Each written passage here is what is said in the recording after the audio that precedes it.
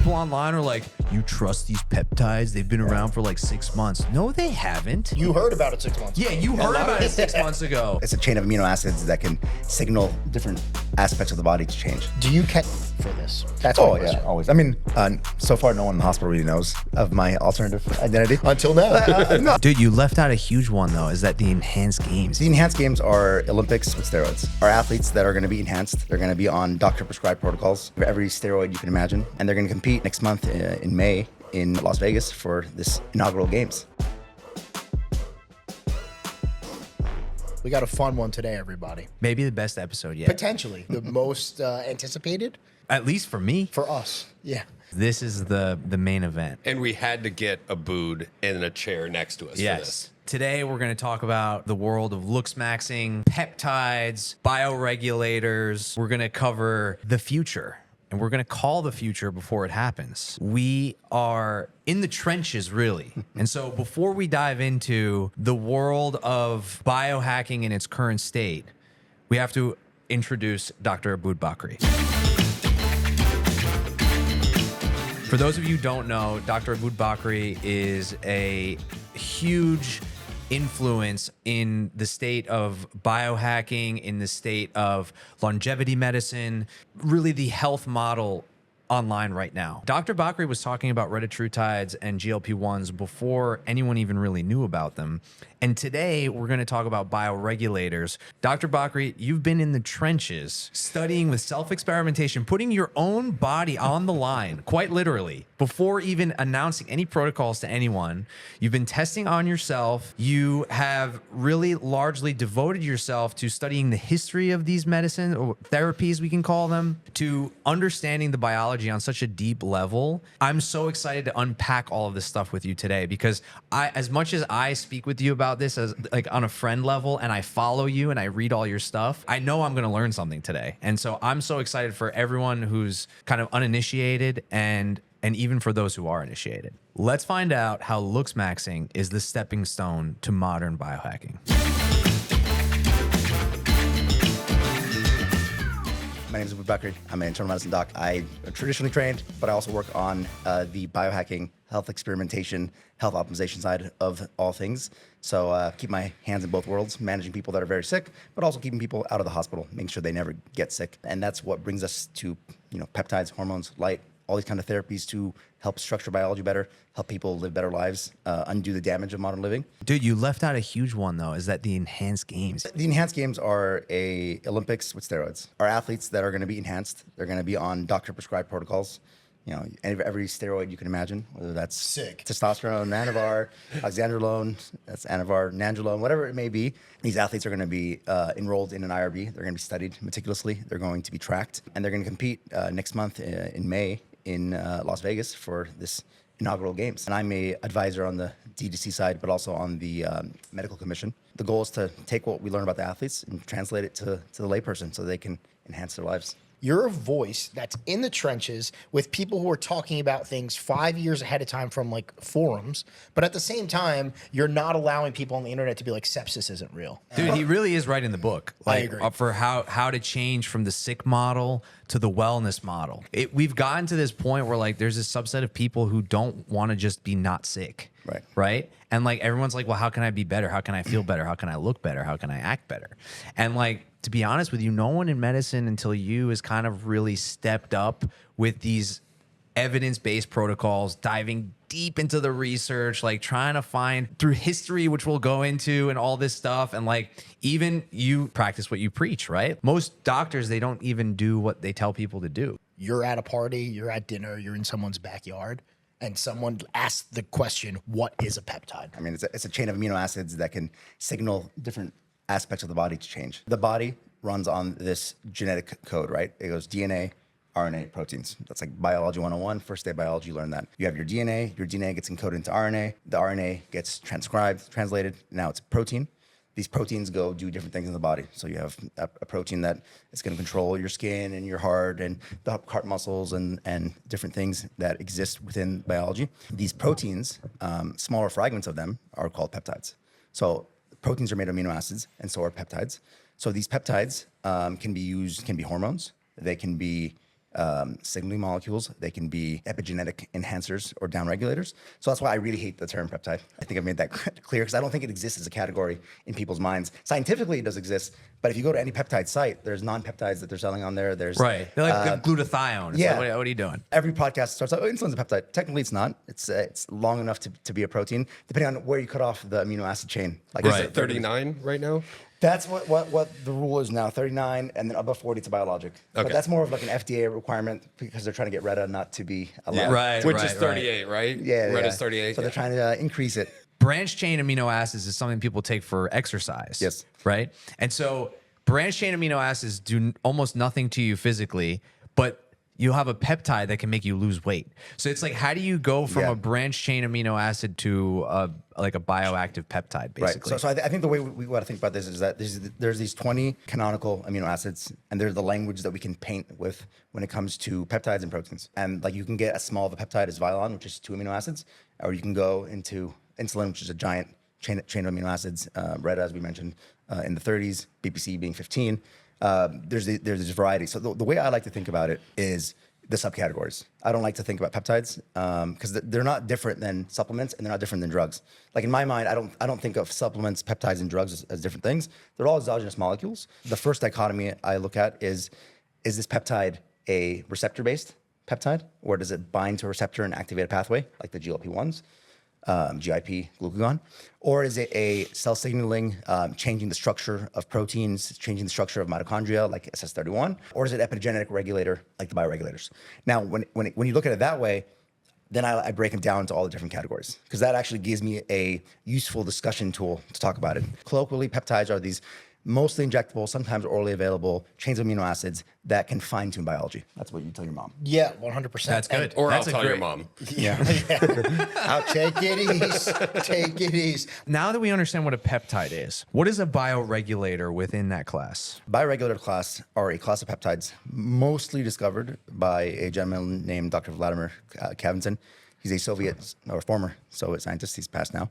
I'd say out of everybody who's been in the peptide space, from Goldstein to Sikrich to all these people, he probably has the most peptides that have been patented. Bioregulators are 2 to 4, maybe 2 to 8 chain of amino acids that really work at a DNA level in changing gene expression. So they're very subtle peptides. They're often orally bioavailable, not all of them. And they allow you to kind of modulate genetics in a way that is more youthful and is more conducive to the types of performance, longevity goals that we're looking for. Now, technically, GHK is a bioregulator, but not discovered by Dr. Kavinson. Okay.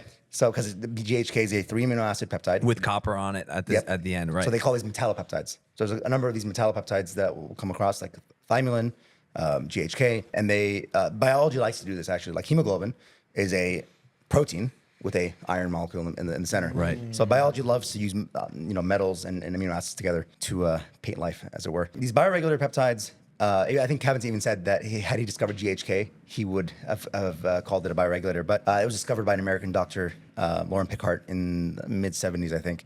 And that one's pretty much the collagen bioregulator. But when it comes to the bioregulators, essentially these are short chains of amino acids that bind into the grooves of different DNA sections. And what happens with age, what happens with different epigenetic stress factors, parts of the DNA get cleaved off, closed off, and they're unable to be expressed. This is the sine qua non of aging. As you age, this is what happens. I mean, according to the Kavinsonian model, you use these bioregulators, you're able to kind of open up these youthful areas of DNA for better gene expression. Sounds kind of woo-woo, which is what I thought when I first was exposed to this genre of peptides, until you experience it yourself and you're like, hey, this is pretty dang potent. And dude, we've all tried them. We'll get to that later, but like, it's crazy. What year did Dr. Kavinson do all this stuff? I think on the box it says 1972 or 76. 50 years ago. Yeah. And dude, we're sitting here talking about, like, people online are like, you trust these peptides? They've been around for like 6 months. No, they haven't. You heard about it 6 months. Let's talk about Dr. Kavinson. How did he find these peptides? Post-World War II, that's when science really accelerates. On the biological level, physics, nuclear bombs, whatever it is, people are racing forward. And you get Soviet-based technologies and science, and you get American. The Soviet model was about human performance. Dr. Kavinson is like this top superstar doctor working in St. Petersburg. He gets recruited by the Soviet government to fix a couple of problems that they're having. Number one, they're hearing that Americans are coming out with eye lasers They're going to blind soldiers. And then number two, they're noticing that the Russian astronauts, pilots were aging very rapidly. Dr. Kavan-Zinn was tasked with solving this problem. From around 1880, I'd say, till that time in the 70s, the big excitement was about using animal extracts for different medicinal purposes. You take the pituitary, you take the pineal. Kind of like this organ alchemy. Yes. Let's unpack this. Yes. So you have Kavan-Zinn, Dr. Yes. Kavan-Zinn, in the 70s, Yes. going, dissecting animals after they're dead, taking thymus, grinding it, putting it in a syringe, injecting it in people, brain tissue, Yep. right? They take the pineal gland, which regulates sleep and stuff, and seeing what happens. Yep. And the reason that is that there are glands and organs in the body that age much faster than other glands and organs. And I think we assume that aging is uniform, and it's not. So some parts of the body age much faster than other parts of the body. So our goal is to figure out how to, slow this down, undo it, and allow these systems to come back online. So what they were noticing in these like astronauts, pilots, whatever they may be, is that their immunity was going down. Their sleep-wake rhythm was being disturbed. Their energy levels, other hormonal systems were all downchurned. And what Kavan-Zinn called this was premature aging syndrome, right? That has a different meaning when we talk about it in the Western context, but he just talked about it as premature aging, which you'll notice a lot of people nowadays, they're in their 30s, but they look 50, and some people are 60 and they look 40. What Kavan-Zinn did was he took these glandular extracts, injected them into these pilots, and was able to undo some of this premature aging. This is really important of what he said, which is that we look at the heart and the brain, we think of Alzheimer's, heart attack, right? Or stroke or something like that. These like cataclysmic events of aging, and we think, how can I avoid that? You said it's super powerful, which is that this is end stage. This is the ultimate explosion, but no one's looking at where the chemicals are engaging to cause that explosion. We don't think of those other organs. If you lower people's LDL to the lowest possible, you can still predict people's heart attack risk based on their immune score. Immunity dictates what happens with atherosclerosis, and we know that because it's a macrophage that gets into the wall and all, that whole process that a cardiologist could explain to you. But why don't we look at immune aging very provocatively? Now, we've been talking about it on Twitter for the last 3-4 years. Nature 2026 landmark paper 2 months ago was the thymus. Maybe this is the key to longevity. The sequence in my mind, it goes pineal gland, puberty, thymus shrinks really fast after puberty, pituitary, somatopause, that's when you stop making growth hormone in sufficient amounts. You get adrenal gland shifts, gonads shrink, that's andropause, menopause. Then you get cardiometabolic disease, you get the vascular aging, so you're gonna get heart attack, stroke, endothelial damage, you get cardiac remodeling and cardiac damage, Alzheimer's, dementia, and then somewhere along that path you have cancer, can strike anywhere there. But these 4 earlier systems we talked about, pineal, thymus, pituitary, adrenal, really dictate what happens to these other systems. Yeah. So if we're able to intervene here when someone's young, we can change the trajectory besides just offering them like, hey, I'm gonna give you a statin now at 30 so you don't get a heart attack at 60. That could be an approach, but I think we could be more aggressive, especially we know there's also the studies of circadian rhythms and shift workers are more likely to get disease. What organ's being impacted there? It's the pineal gland. So anything we can do from behaviors, from exogenous compounds to have better melatonin production, which is the number one antioxidant mitochondrial boosting thing. Like everyone talks about MOTC and SS31. Melatonin is what your mitochondria actually needs. We could do that. We can engage early, use different light therapeutics, use different peptides, even hormones to modulate these things, like a few 100 milligrams of melatonin as an experiment. The idea here is that let's zoom in, see what's done by these giants before us, and then build on their work, kind of organize it into the modern framework, measure these things. We can measure melatonin levels. We can measure different lymphocytes and thymic hormones in the blood, and then use them aggressively to change people's systems. With medicine, we've basically solved most of the stuff that'll kill you outside of like a plane crash or like cancer, like the big ones. Like most of the stuff, we're really good at keeping people alive. Right now we can focus on this stuff that you're talking about. Yeah, So we're it not good at opens- keeping people healthy. Yeah, which is the next phase, the natural next phase. I want you to kind of go through Epidolon and Pineolon, because those are the 2 big ones from Kavan-Zinn's research. Now the day comes where you decide, I want to try this on me. So walk me through that journey. You were like, I'm doing this because I'm convinced. Been talking about circadian rhythms since my circadian rhythm was damaged by medical school training. That's when I got excited about it. And then we've heard there's this Epithalon, or Epitalon, however you want to say it. I don't know. You guys can flame me for saying it wrong. Was always on the radar, like, hey, this is interesting. And then I saw it in the compound pharmacies. The compound pharmacies had Epitalon as an option. It's like in this anti-aging telomerase thing. It didn't excite me. I'm like, telomerase, whatever, not that exciting. Now, late 2024, the FDA moves a bunch of these peptides from the bulk substance list to the category 2 list, which means you cannot prescribe them. Basically, full on restriction. Yes, epitalon is one of these peptides. But they found pinelion. I was like, oh, that's similar. Pinelion. Let's just throw that in. And that became the prescription available thing on the formulary.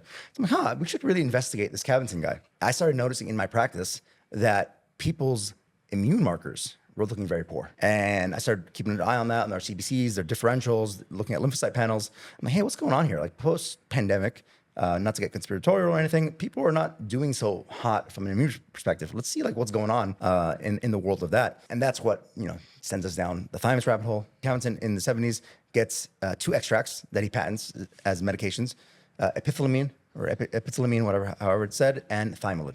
These are the 2 big drugs that he makes in Russia. And he runs a large study on this for elderly people. He goes to nursing homes and gives these people for 15 years. So this is the longest peptide study that's been done. And it has crazy results, almost unbelievable. Part of our Russophobia, part of it is maybe Caventon wasn't to Western standards of research. He had these people do these 2 peptides for short courses at the beginning of the year or twice a year. And he noticed in the peptide group, that they had like a 2.4x less mortality rate over 15 years. Just from taking it twice a year. Yep. For what was it, like 2.4x. 6 weeks or? 10-day courses. Oh, 10-day course. Okay. Yep. 10-day injections of epithylamine and thymolin.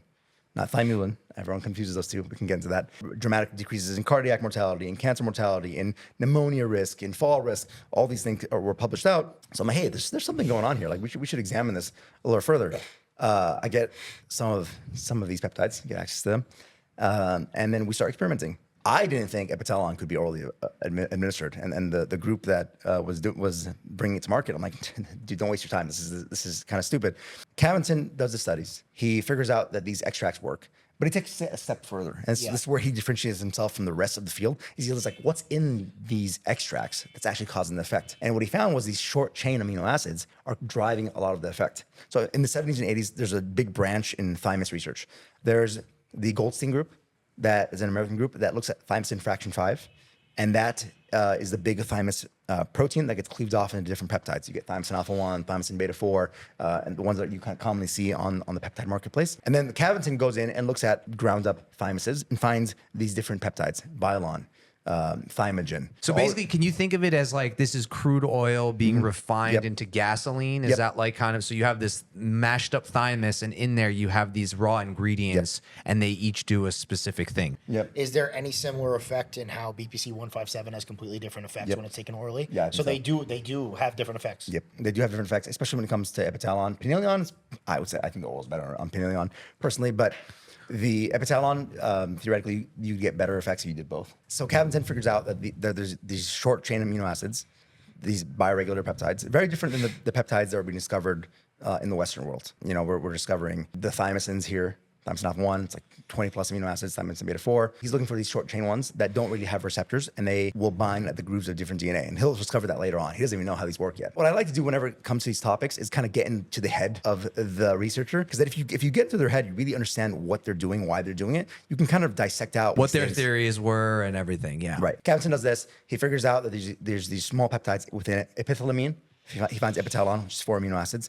He finds violon in thymolin, which is 2 amino acids. He finds thymogen, which is 2 amino acids, and then cristogen, which is 3 amino acids. And he starts doing experiments on animals with these amino acids synthesized independently. So you don't even need to go kill a 6-month-old cow to get thymolin. You can just, synthesize it, because it's like Lego bricks of amino acids. Right, so he starts moving that forward, and that's where we get him making a lot of these supplemental peptides that were available over the counter. So he made 6 drugs formally. We got to the retina story earlier, but he had a retina drug, he had the thymus drug, he had the epithylamine, he had and a couple of other ones, cortexin, which is the brain extract. I mean, he created a whole discipline, right? There's at least 10 groups working on thymus extracts. I just want to know what happened. Like, what's the in between? Dude, I liken it to, I was saying it before, it's like the burning of the Library of Alexandria. It's just that the Western world didn't really care about these organs, didn't really care about this kind of science. And then when the Soviet Union collapses, Kabat-Zinn loses all of his funding. From 91 onwards, Kabat-Zinn's like trying to sell peptide supplements to fund his research. Poor guy.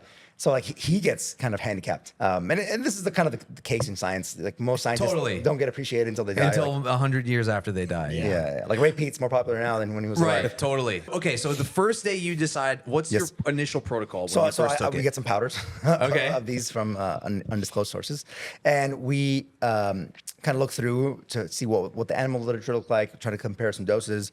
We settled on like 1 milligram or 2 of Pineleon, knowing that the injectable in the pharmacies was some kind of course like that, 1 milligram a day injectable. We tried it oral. Kabat-Zinn also then finds the amino acids, finds the receptors in the stomach that would uptake these di and tripeptides. Because like everyone doubted him. Like, you're crazy. What do you mean peptides get broken down in the stomach acid? You're stupid. What are you trying to sell people peptides for? He goes out a step further. Not only does he find the extracts work, he finds what amino acids and peptides aren't in the extracts that are working. He finds how they get uptaken into the body. In the 70s, no less. So too. like this is happening like 80s, 90s now. Crazy. Yeah. So he's doing all the work. Then he finds out where in the DNA, he does DNA modeling studies to find where in the DNA each one of these peptides binds. And then it kind of explains some of the effects.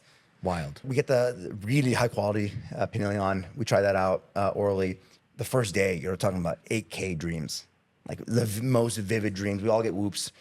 Me and my group, we all got whoops. We're trying out Pineleon. We're noticing like 2 hours and a half. And you 3 took hours them around. both at the same time No. to start? Or you started with, which one did you start with? Pineleon. Pineleon. Yeah. And what we started noticing is like the more damaged someone's brain was from like night shifts or excessive drinking or drug abuse or Adderall abuse, the more they responded positively to Pineleon. I usually sleep like between 5 and 7 hours, depending on the work schedule. I wanted to sleep 10 hours. Like I don't sleep in. I'm usually up at 5 a.m. Like I wanted to sleep in. I wanted to relax. It was like the most delicious sleep. That's the only way to describe it. It was like a synesthesia when it came to sleep. So I had a completely different reaction. Yep. I normally sleep till like 9, Yeah. right? I would just wake up at like 6 a.m. and like I'm awake. Yep. 2 hours of sleep, 6 hours, doesn't matter. Yep. Like I'll just wake up early. And the joke is that he sleeps in because he's up all night working and he sleeps late. This like tied him changed him. immediately Yeah. back to the I don't like sun's it at all. schedule. Okay, so Pineleon has nothing to do with the pineal gland. I still don't know why Kabat-Zinn called it pineal gland. Like I've been trying to ask. If someone in Russia knows, please let us know. I've been a little confused about that. I'm not Yeah, gonna lie. it's very confusing. And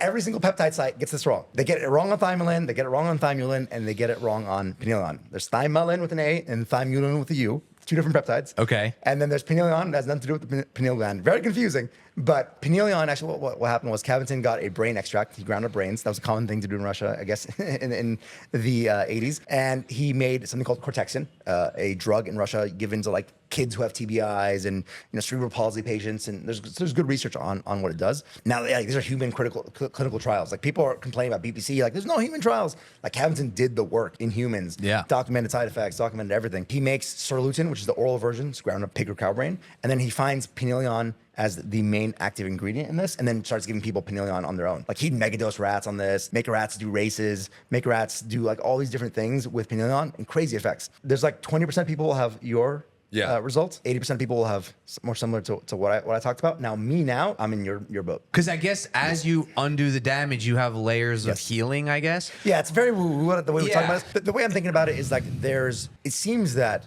Pineleon is interacting with mitochondria in the brain specifically, modulating like PPR alpha, PPR gamma, these metabolic pathways. Like some people notice their A1C goes down. Interesting. Very strange. And 2 people in the last 24 hours, coincidence, didn't plan to say this today, but said that their lipomas started regressing on Pineleon. Very weird compound. stuff. So I started with Pineleon. Yeah. And then I did Epitalon later. Yeah. I don't want to take both of them at the same time. So I was like, let me go 2 days and switch the Pineleon to the morning. Yep. And then I'll add in the Epitalon at night. Dude, when I switched the Pineleon to the morning, my dreams were still great. Yep. But then like my thinking was so much clearer. Like it took like this, like normally there's like the startup time in the morning. It just like Recall, too. eliminated that. Yep. And then when I took the Epitalon, and this is really interesting, okay? I'm the type of guy where I get in bed at a reasonable hour and I start answering emails. I work with people in all time zones. Right. So when I'm going to sleep, people are waking up. So, and my wife will tell me like, come on, go to bed already. Cause like I'm working. Epitalon, it's like 11 o'clock comes, my eyes close. No matter, my screen could be white, bright, max brightness. My eyes are just like Dum, dum, dum, dum. shutdown time. Right. It's crazy. It does feel like something is improving, even if it's an undesirable event like sleeping in, having a nap. Now I can nap again. Right. It's almost like it brought my parasympathetic system back online. It does. Yeah. So did you notice your HRV also went up? I don't track it anymore, but my HRV was trash. Yeah. So like my HRV almost doubled. Like It's I- crazy huge stuff. Because he studied it on shift workers and people that were traveling, and that's when he had like the best effect for the oral epitalon. I think he did a sublingual study, and they actually measured circadian clock gene expression. Was able to show like more melatonin in the urine in the morning, higher cortisol in the morning, lower cortisol at night. He showed like the clock genes, like all these different clock one, clock whatever it may be, changed in the cells. There's human trials showing that it changed circadian rhythms. We love circadian rhythm and circadian rhythmicity and blue light blocking glasses and bright morning sunlight. Now, if you stack epitalon plus some blue light blockers plus morning sunlight, you get way more bang for your buck out of all three of them. It's like 2 + 2 = 9. So it's that's very really crazy. Epitalon also has effects on the eye. So like on the eye bioregulator extract. So epitalon was first found in the pineal gland. It's found in the eye. It's found in the pituitary. You'll find it in the testicular extract. So this is produced naturally in the human body. So the epitalon. Yes, yeah. So all of us have epitalon in us right now. And what it seems I like, think that's an important thing to say. I don't think To people understand. realize There's- that. there's- they're not something- naturally occurring available compounds that decrease with age. Like GHK, for example, that analogous structure we can compare. That one goes down from like 60 to 70% from age 20 to 60. Is it fair to say every single bioregulator that we're talking about is naturally produced in the body? They all are. They all are. Yeah. Because I know BPC 157 is technically not found in dogs or. So BPC 157 is part of a bigger protein called BPC. That's Right. a 40,000 Dalton body protection compound they first found. They cut off a fragment of it that has 15 amino acids and found that to be doing most of the effect. So they call okay, that so it's a BPC 157. fraction of of a more naturally occurring Yep. thing. So, that's the thing. It's nature adjacent Yes. rather than nature. But bioregulators are all found in Yes. nature in their exact form. So, for example, like no one's really talked about this. Thymosin alpha 1 has Vialon, I think, 3 times in the chain. Oh, interesting. So the first thing we did as soon as we found this is we took the sequence of every protein and then searched for the bioregulator in that sequence. I have my Claude looking for epitalon in either the melatonin production genes or serotonin transferase genes, trying to find out where epitalon's coming from. I haven't found it Right. yet. So maybe someone can figure that out. But these are all fragments of bigger things. So Kabat-Zinn, what he's proposing changes the dogma of medicine. So like when we went to undergrad, learned biology, it goes DNA, RNA, protein binds to DNA and causes the cycle to go on, right? What Kabat-Zinn has done is created a arrow between proteins. Proteins get fragmented into peptides. These peptides go into the DNA, change gene expression. So he's proposing a different, addition to the central dogma of medicine. We talked about like TJ's Yeah. mom, right? If TJ's mom was here and she's like, I took epitalon, I took Penialon, and I'm having amazing sleep. What's happening to my body? Epitalon's finding its way to its pineal gland through a mechanism which we do not understand. It must be going through the bloodstream into the pineal gland and increasing the production of melatonin at the level of the pineal gland. We've hypothesized it might also be happening systemically because most of the melatonin in your body is actually not made in your pineal gland. It's made systemically in the cells themselves, in the mitochondria. So there's like a cellular level of melatonin that happens all day, especially when exposed to infrared light. So right now we have no infrared light exposure. We're being starved of melatonin. Our cells are suffering as a result. Right. Traditionally, humans always had infrared light exposure. Epitalon's increasing that melatonin production. It's increasing what it appears to us, the sensitivity of the eye to light. Melanopsin is the key photoreceptor in the eye that dictates the circadian rhythmicity. So for the layperson, light hits your eye. That light gets transduced through different nerves, through melanopsin, through the SCN. The SCN is part of the brain, goes to the pineal gland, tells the pineal gland to stop making melatonin. And then your body responds by increasing ACTH in the pituitary, or increasing cortisol systemically, and you're awake. The opposite happens at night. You're supposed to have dim light, no light. Your melanopsin is not being stimulated by that blue light. No blue light hits the eye. The SCN tells the pineal to start making melatonin, and you are falling asleep, you're getting sleepy. As we age, and with modern living, that whole process gets messed up both ways. You'd expect if you were so tired all day, you'd sleep so deeply at night. What's happening to most people is they have very low energy all day and very poor sleep at night because the amplitude of both directions is very poor. What we want to do is increase energy during the day and increase depth of sleep at night. Right. And that's the sharper the circadian rhythm, the more the difference between day and night is, the better that's going to exist. It's also analogous to what's happening on sex hormones, Yes. right? Men are becoming feminized and women are becoming more masculine. Yes. It's almost like we're losing polarity There you go. in life across the board. What's happening it's also to TJ's mom with Yes. Pineolon? With Pineolon, it seems that there is preclinical models that Cavenson looked at where it was repair of dendrite spines in the neurons of the nerves. So the nerves are working better in the brain. You're getting better metabolic function at the level of the brain, because what happens with aging is we get insulin resistance in the brain itself. It appears that Pineolon may be modulating some of these pathways. For example, we know that myokines, hormones that are produced by the muscle during exercise, can go to the brain and have beneficial effects. So it appears that Pineolon is either amplifying these effects, turning on certain of these pathways. It's not very clear, but the brain is working at a better rate. I've seen someone use the analogy that Pineolon is almost like sanitation department of the brain. And it's like taking the garbage out of the brain. So I'm somebody that obviously it was because I was really bad with circadian rhythm. Funny enough, your content is what made me start wearing blue light blockers. I'm serious though. Yeah. Anytime I took more than 2 milligrams of melatonin, it had the opposite effect for me. Interesting. It made me wake up. Yeah. Pineolon, the first time I took it at night and I couldn't sleep. Yep. So I gave him my bottle. Yeah. And then I tried it again after reading your stuff and talking to my friends here. And I took it during the day, and then I had the positive effects. And then I gave it to my wife, and she couldn't sleep, and I woke up with a very angry woman. It's very interesting. Like I keep posing, these are not sleep peptides. These are brain and circadian rhythm peptides, right? Yeah, of course. And they kind of meet you where you are. Yes, It's all your fault. You told me to do it. Yeah. Yeah, so I tell everybody, like, take it at dinner, see how you do. If you are certainly like suddenly awake and feel great, that's a morning driver for you. That's like maybe 20, 30% of people. That's me. If you get very sleepy, it's a nighttime driver. Almost everybody eventually ends up in the first boat. Pineolon's a great addition to your coffee. It's a great addition to your Adderall if that's what you do. It's a brain performance enhancing compound. It's a body performance enhancing compound at the level of the nerve muscle interface. So like people will take it athletically. Like Cavenson was doping the Russian team in the Olympics with all these bioregulators for years. So you're saying we're going to see it in the enhanced games? They haven't used them in the enhanced games for the athletes, but we're going to change that. With a lot of peptides, right? There's going to be side effects, Right. especially GLP-1s, just aren't natural to our bodies. Right. Throughout the historical studies, have we seen much in the way of side effects? We wanted to approach this very rigorously and not just assume that, oh, peptides are great, let's use Yeah. peptides. The only side effect is if you take too much, you get very lethargic. Like we've gone up to 5-10 milligrams and you'll get kind of sleepy, but nothing out of the ordinary and nothing noted in the animal data or the human trials that Cavenson ran. So they're not like randomized, double-blind clinical studies that you'd approve a medication for. But Pineolon's not a medication. Like people keep like, hey, is this a med? It's a supplement. Yeah. It's a natural occurring food ingredient that's a supplement. Yeah. Now, will the FDA regulate it that way as a supplement? Who knows? But so far, it's over the counter in Kazakhstan and all the Soviet countries, so you can get it there. Epitalon, there is concerns about its telomerase extending effects. So notice that if you go to Epitalon, any peptide site, they talk about telomerase and anti-aging. That wasn't even my interest in it. My interest in it was from the circadian rhythmicity, because I know if you have a higher, better, more calibrated circadian rhythm as a young person, you're going to have better health for the next 10, 20, 30 years. Now, it seems that a side effect of increasing melatonin production and DNA repair, you're getting telomerase to extend your DNA. Now, for the layperson, at the end of your DNA, there's these telomeres. These are like fragments of DNA to protect the DNA from getting sliced up too much. And with age, they shrink, which makes your DNA more vulnerable to the effects of aging. You get the Hayflick limit, which limits the amount of times a cell can divide. Epitalon seems to undo that limit, increase the telomeres, so your DNA is more protected, as it were.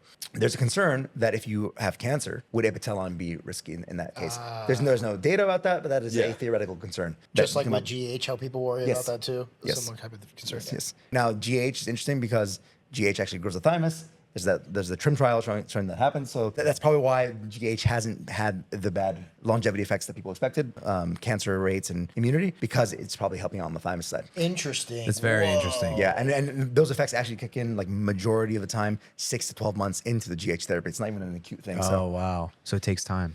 Should everyone be taking these two? I don't like to speak like these peptide influencers that I say know. everyone. Can you think of a person that shouldn't be taking this think- besides an active cancer? I think everybody should be on a Epitalon circadian protocol. Okay. I'm comfortable saying that. Like Fair everybody enough. should be on a circadian protocol. I mean, let's step back. Everybody should wake up in the morning without brain fog. Yeah. Everybody should wake up energized. Everyone should go to bed at 11 p.m., 10 p.m. and feel very tired and wake up rested. Yeah. I think that's a natural human right that's been deprived from us thanks to modern living. And we need to use these things as Yes. tools to restore that. Yes. So what would be the protocol? Minimum We don't have to effective say- dose time? Yes, Yeah, minimum effective dose.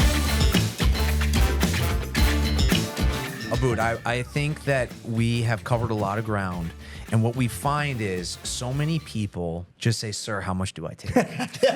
Right? Tell me what to do. We have this thing called minimum effective dose. Yep. And we would love for you to tell someone who probably says, I have Epidolon and Pinolon in my hand. I'm about to drink the whole bottle. I'm about to take all the pills. Tell me what to do instead. Yep. So like, how would you kind of guide someone? And don't be afraid to leave it out, like outside of the scope of that. Cause I think a lot of the circadian principles that you preach is really going to tie into this. This is not medical advice. It's for research purposes only.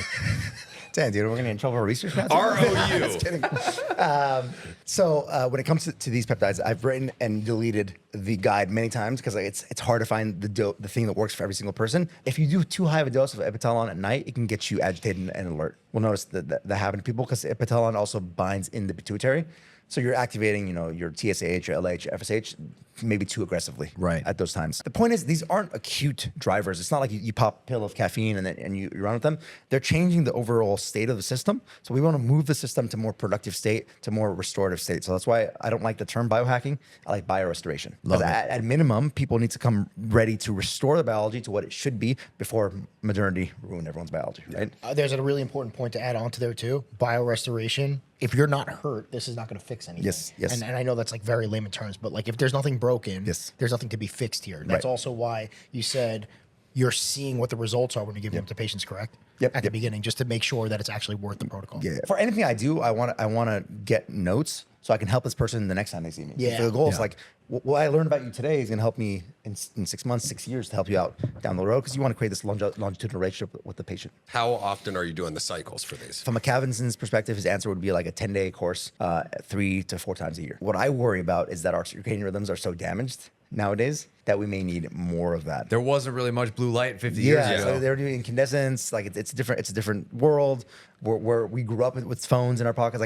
Like what was that? A TV, like a non-colored Yeah. TV. Right. So like it's a different world. I finding myself running it much more often because of the behavior of my work, the cognitive demands that I have. So I'm running it pretty often, actually. I haven't settled on an answer. I don't know what the answer is. That's what makes me hesitant to give a. Well, that's also Yeah. what makes you Everybody- special. Yeah, good answer. Yeah, that you're not afraid to say that. I want to know like what would be the ideal thing. What I try to tell people is to have biological awareness, right? You have this feedback, intuitive feedback. If you're noticing you're waking up with more brain fog, maybe it's time to bring Pinolon back. If you're noticing your circadian clock isn't as regulated, maybe it's time to bring Epidolon back. What I notice is when people take Epidolon and they take it consistently, they start waking up naturally around sunrise. This guy. Yeah.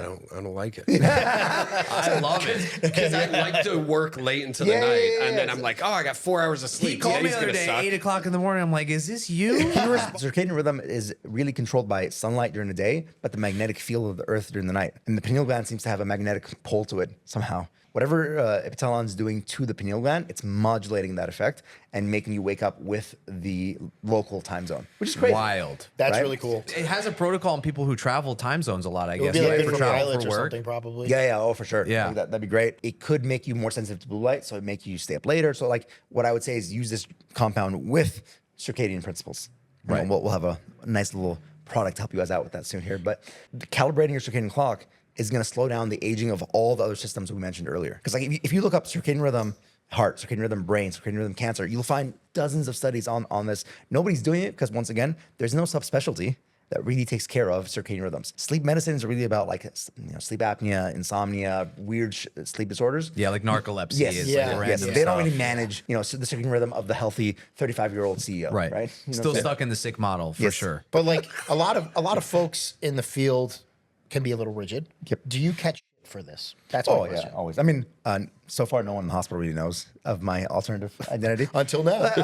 Wait until next week. Yeah, a couple of nurses were like, "Hey, I saw you on that podcast," but they don't know that I dabble in this world. Right. They're not ready for it. Like yesterday in the office, we're talking about GLP-1s and Retta and all, and they're like, "What? What's going on there?" Like their thought process is so rigid on treating disease, and it's so hard to balance both worlds because you have to know the literature here and know this secondary literature. Yeah. It's impossible to keep up. Yeah. It's two You different said models. 20 to of 30 skills. hours a week you're Yes, doing yeah, of yeah. research. Yeah, I Yeah. think that's It's another crazy. job. I would love to transition into talking about the regulatory landscape.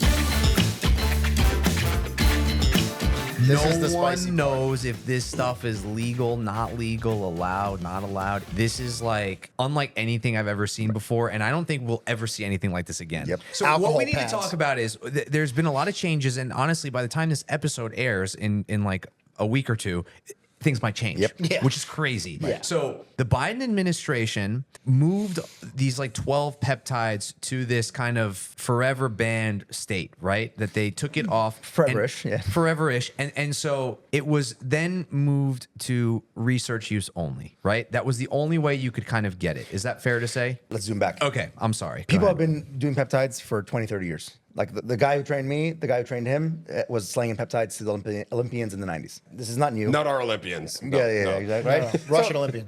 The GHRHs were used clinically. They're FDA-approved drugs. Yeah, So, tesamorelin is tesamorelin, FDA tesamorelin. approved. Yes. Yeah. So these are drugs that are around. Ipamorelin as well. So I hate the peptide conversation, but on these niche websites, since 2012, people have been getting. I mean, I was into peptides before I was a doctor, right? People have been buying these peptides kind of low key. No one really cared about it. It was like you buy BPC for research use only. You inject it. Right. Bodybuilders knew about it in the powerlifting community where I was. Everyone was using that. Now, what happens is the GLP-1s come on the scene.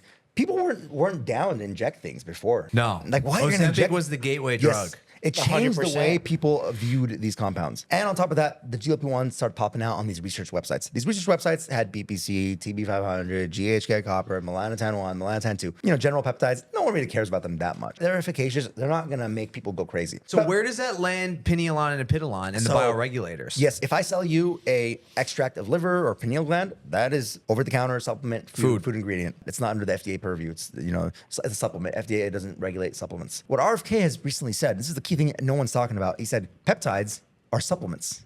Right. They are not drugs. Therefore, FDA shouldn't get in the way of it. They should be regulated as supplements. These are injectable supplements. Now, we don't have that a precedent for injectable supplements. Do we not? Like B12? But B12 is a drug when it's an injection. Yes. So, Yeah. for example, I can give you a B12 pill on Amazon, sell it to you, or I can inject you with B12, but that requires a prescription, and it's technically a drug. Like I prescribe thiamine IV bags in the hospital all the time. People So it's don't a think of delivery it because as a drug because they can just go to their favorite IV place, which I do Yeah. very occasionally, and get all of this stuff. Yes. There's no prescription written from the patient's viewpoint. But Just it's you go happening in the back end. It's Yes, happening back it on is, it, but the or should be patients happening. don't see it. My wife last night we were in the Ordinary, the skincare store. She bought a GHKCU cream. It's a cream. It's Yeah, not. It's not yeah, there you go. injectable, so it's not considered a medication. So it depends now. What is RFK and his administration going to decide on these? Are these prescribable supplements? If so, FDA can't regulate them. So what happened was they got moved in 2024 from this ability to be compounded to a do not compound category 2 list. They said that there was risk for safety. But someone injected a vial, it had a toxin in there or something, and who knows if Right. that's true. And these got moved away, and you cannot prescribe them. Now the compounders are very smart. They changed BPC into PDA. They instead of epitelon, which was on the list because it's been used in the longevity circles for a long time, they use pineolon. Some compounding pharmacies still can get you GHK and all these things anyways. They don't Right. care. They're just putting themselves up to liability. Now what RFK has said, okay, we're taking them off the category 2 list, and then we're going to review them in June and take all the human studies that, if they exist, which most of them don't have human data, and see what we want to do with these drugs. Now that's going to move it into a okay to compound phase. Is it okay for me as a physician to prescribe it and not get in trouble? Because if I'm in front of a medical board and they're like, hey, you prescribed Sally Joe TB4 and she got cancer the next year and she thinks that's the cause of her cancer. Right. And like, why were you prescribing a non-FDA approved drug? Yeah. Right. That's where it Right. gets messy. And That's- also, like, the number one criticism that anybody says is like BPC, perfect example. Yes. Like, everyone's like, there's no human studies, or Right. not enough Yeah. human studies. Or Well, there whatever. was a phase 1 and phase 2 trial. No one talks about these, unfortunately, with enemas for BPC. Oh, for like ulcerative colitis or Yeah. something like that, right? Yeah. But But- I'm just talking about specifically, like, you get into an internet conversation Yep. or a little argument with someone, they're like, oh, there's no studies. Like, Yeah, exactly. yeah. So I guess we'll see in July then, right? So we'll see.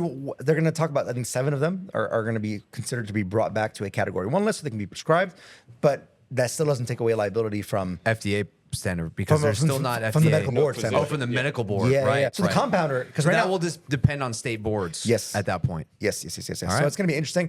Now everyone assumes that peptides are legal. I'm like, it's more nuanced, more totally complicated than that. From our perspective, based on what we've talked about with legal, it seems that these oral ones are not drugs. They're supplements. Right. They need to get GRAS certification, which they should open up an avenue for that because they're naturally found food ingredients. Yeah, makes sense. But we'll see where that shakes out. So right now it's a we'll see. Yeah, it's a we'll see. At the same time, I don't want to be injecting grandma with non-FDA approved stuff that may have bad effects. Right. So you want to weigh the pros and cons in that. So that's why if I have a patient that I'm going to put on BPC, we're going to have this risk-benefit discussion. We're like, hey, we don't have that much human data. This seems to be effective. I've had good results with it. Many of my patients have had good results with it. There's enough anecdotal data. We want to try this for you. It may have risks to it. Are you okay with that? Do you sign consent? Yeah. So I think that's how medicine should be, a doctor-patient discussion, and we decide what we want to do. FDA should just be there to guide things, but it should not be in between the doctor and the patient. I learned so much about the Cavinson stuff, and I thought I was like well acquainted with Dr. Cavinson, but I think it's only the beginning with